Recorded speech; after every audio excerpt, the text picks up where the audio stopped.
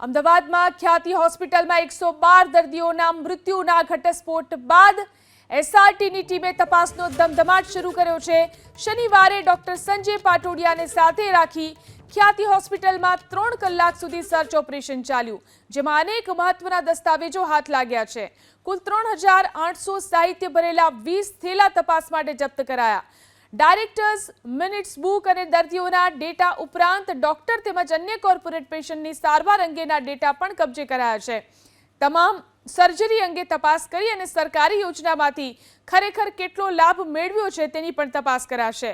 હોસ્પિટલના સર્વર રૂમમાં હોસ્પિટલના વહીવટ અને દર્દીઓને લગતી તેમજ તમામ એકાઉન્ટની તપાસ કરાઈ।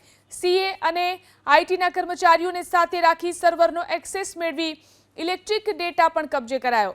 કાર્તિક પટેલ બાદ તમામ નિર્ણયો અને આદેશ ડોક્ટર પાટોડિયા કરતા હતા, એટલે તેમને સાથે રાખી દસ્તાવેજી પુરાવા જપ્ત કરાયા। ખ્યાતિ હોસ્પિટલમાં 39% હિસ્સો ધરાવતા ડાયરેક્ટર સંજય પાટોડિયા અમદાવાદની ખ્યાતિ ઉપરાંત અન્ય 2 તેમજ સુરત રાજકોટની એક હોસ્પિટલમાં કાર્યરત હોવાની વિગતો મળી છે। સંજય પાટોડિયા જ્યાં કાર્યરત હતા તે અંગે પણ તપાસ કરવામાં આવશે।